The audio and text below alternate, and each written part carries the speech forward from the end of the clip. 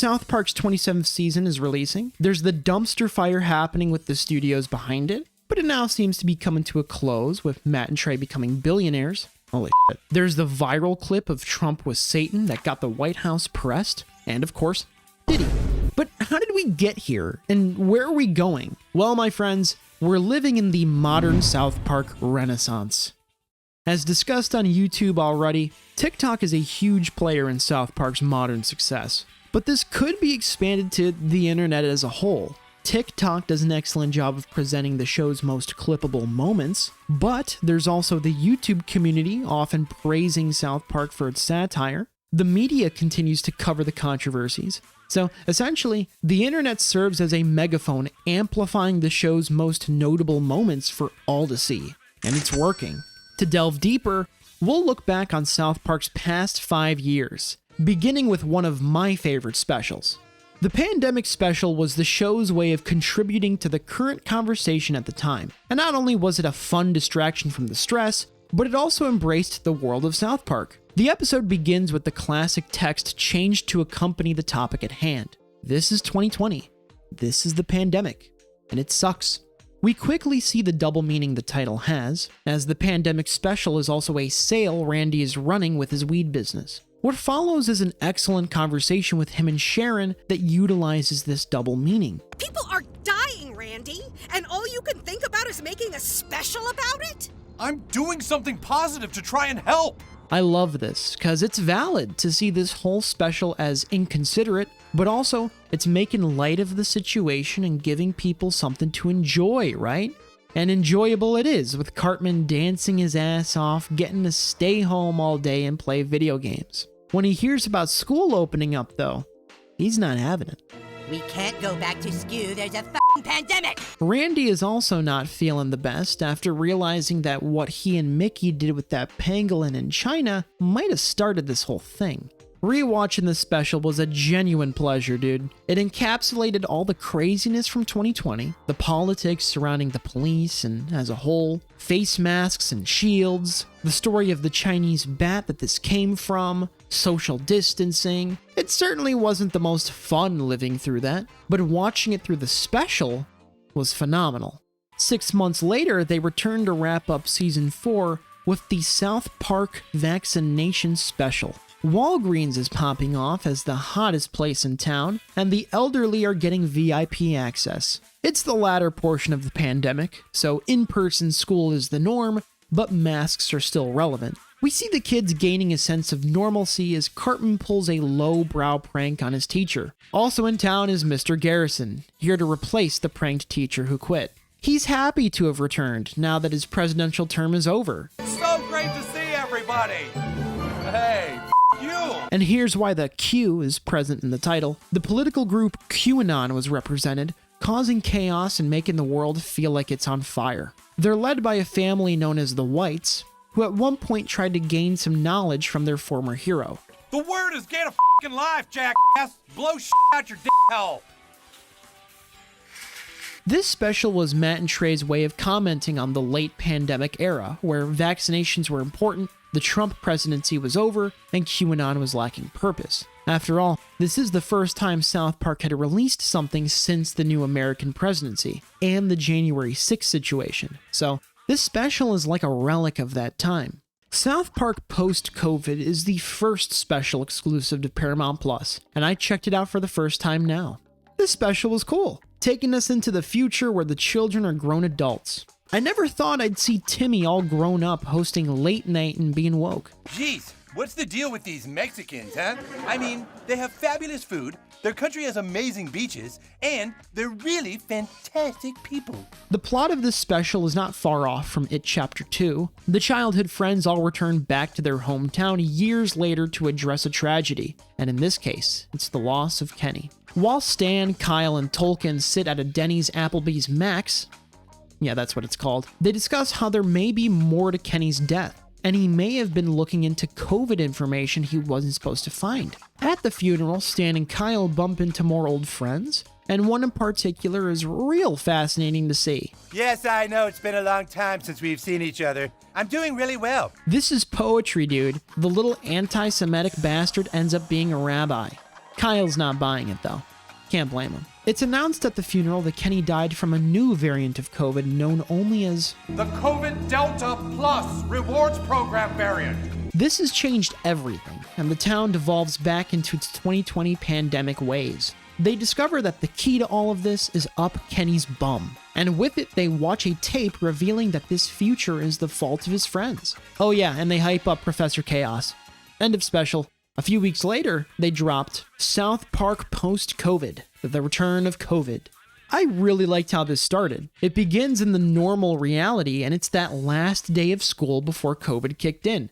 At one point, we see Stan celebrating his birthday through Zoom, which isn't far off from the Animal Crossing birthday party I had in 2020. This special is a direct follow-up to the post-COVID special that released a month prior, so a lot of what's here is the same, including Stan's Alexa. Who's this? It's just my Alexa. Just my Alexa! You're a piece of shit!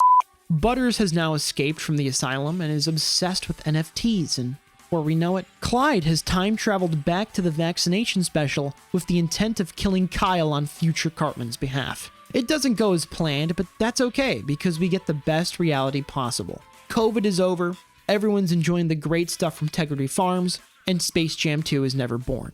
Oh yeah, and the good reality, unfortunately, is worse off for Cartman. Yes!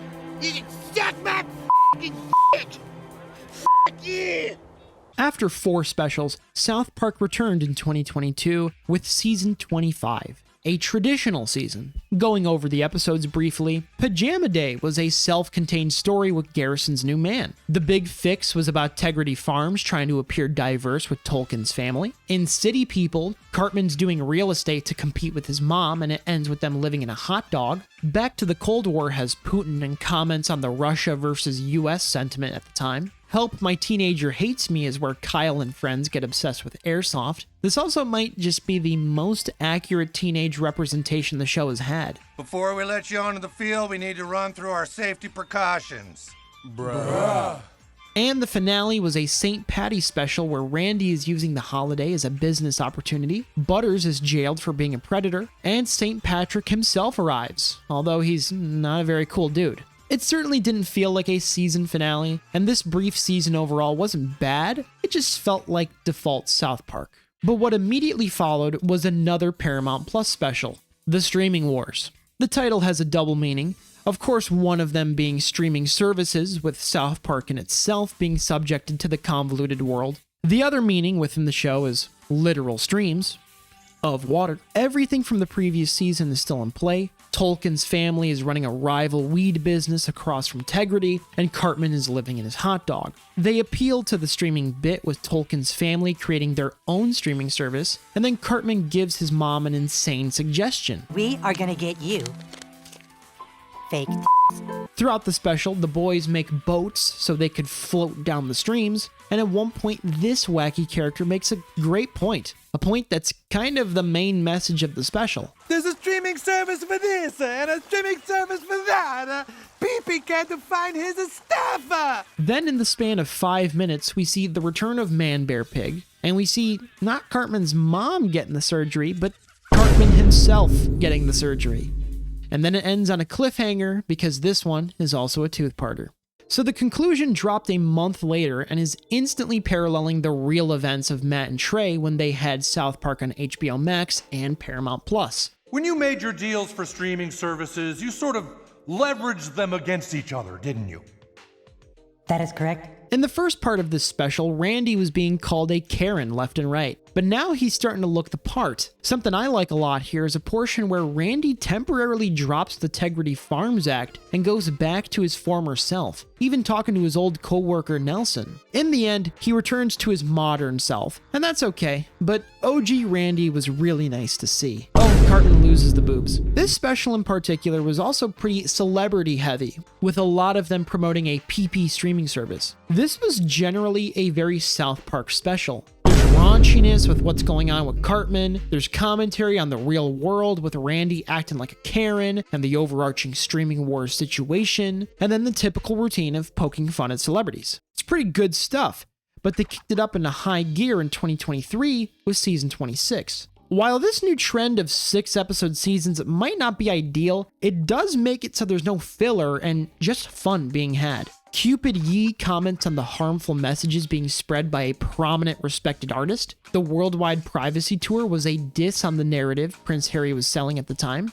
which gave the show the exact kind of controversy it needed, by the way. The Japanese toilet episode was actually my favorite at the time for helping me realize how awesome bidets are. Dickenberg got Cartman back into his house and got Kenny out from under the hood. The end of Spring Break was really cool, as it implies that if Trump doesn't get reelected in 2024, then Mr. Garrison's character will get to drop the act and spend time with his dude Rick. And the ChatGPT episode is easily one of my favorite things out of this modern era. Every episode was a strong contribution to the show that reminded the public why it's still relevant almost 30 years after the pilot. They chose to talk about topical subject matter and never shied away from critiquing celebrities, all while using their own world of South Park to their advantage to give it a unique feel.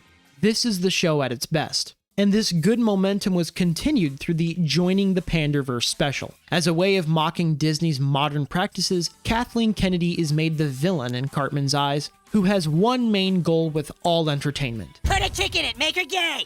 Cartman is getting visions of a more diverse reality, and it turns out to be a real alternate universe. There's one point in the principal's office where the message of the episode is made pretty clear. We're just minding our own business and she keeps saying she's Eric Cartman. And what's wrong with that? What's wrong is it doesn't make any sense. Deeper in, actual Kathleen Kennedy is running amok, trying to get her hands on Cartman. But once together, it's shown that she didn't mean to become a villain. She just wanted to re-release the same Disney content and appeal to everyone through this pandering strategy. But on accident, the Panderverse portal was created and a sinister entity was let loose. In the end, everyone goes back to their respective realities, and there's actually a wholesome conclusion here that I don't think is talked about enough. This is certainly my favorite special since the original pandemic one. And it wouldn't surprise me if Not Suitable for Children is also a favorite for people. This story has two major plots. The first is the children's new fixation with CRED, which is their equivalent to the Prime hydration drink. Created by Logan LaDouche, the colorful marketing is all part of a plot to excessively market to children. On the other end of the spectrum is Randy, who just recently discovered how lucrative OnlyFans is. It sounds so tempting that he's gotta get into it. Yes, I am an OnlyFans model. It's now 2024 and South Park Studios has released a new video game. It's not that good, we're moving on. We've made it to the end of obesity, or in other words, the Ozempic special. Whether you've already seen it or not, you know it's great. Within this modern renaissance, we've seen the poster child in numerous phases. Adult Jewish Cartman, unfortunate homeless Cartman, big booby Cartman, black woman Cartman, and now,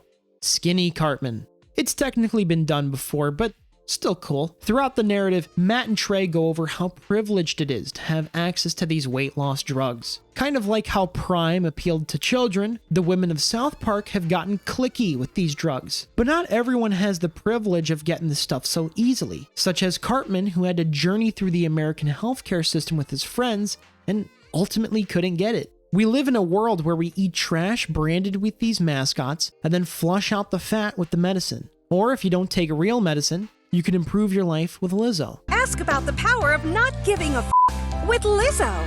Their take on Lizzo is funny, but yeah, in the end, the episode suggests that the viewer shouldn't fat shame people, and that's pretty nice. And now that we're wrapping this up, this was the last time we saw the main show before season 26. With Trump and Satan and ICE and Diddy and all this wackiness that's already breaking records. A live-action documentary released months after the Ozempic special showing how Matt and Trey got the real-life Casa Bonita location and saved it from dying in the pandemic. And as I alluded to before, the HBO Paramount tug-of-war was getting mass media coverage. It began with HBO Max, aka Warner Bros. Discovery, believing that they would have access to everything South Park releasing in 2019 to 2025. This would be seasons 24 to 26 with 10 episodes each. However, the pandemic happened, shaking up those plans. Plus, Paramount offered their own deal to South Park Studios, which they took. Now that Paramount Plus exclusive specials were dropping, Warner Brothers didn't like that. There was a lot of money being thrown around before, but now the situation is here. A 5-year deal was signed with Paramount Plus to stream South Park globally, and Matt and Trey were given $1.5 billion. The two are now the highest paid showrunners in Hollywood. To reiterate, new episodes are rolling out, making headlines, and with the foundation the show created for itself, this makes perfect sense. South Park adapts to what's happening in the real world. The wackier things get in our universe, the wackier things get in theirs. So, if you're ever feeling that the world is on fire, rest assured knowing that great South Park material is coming soon.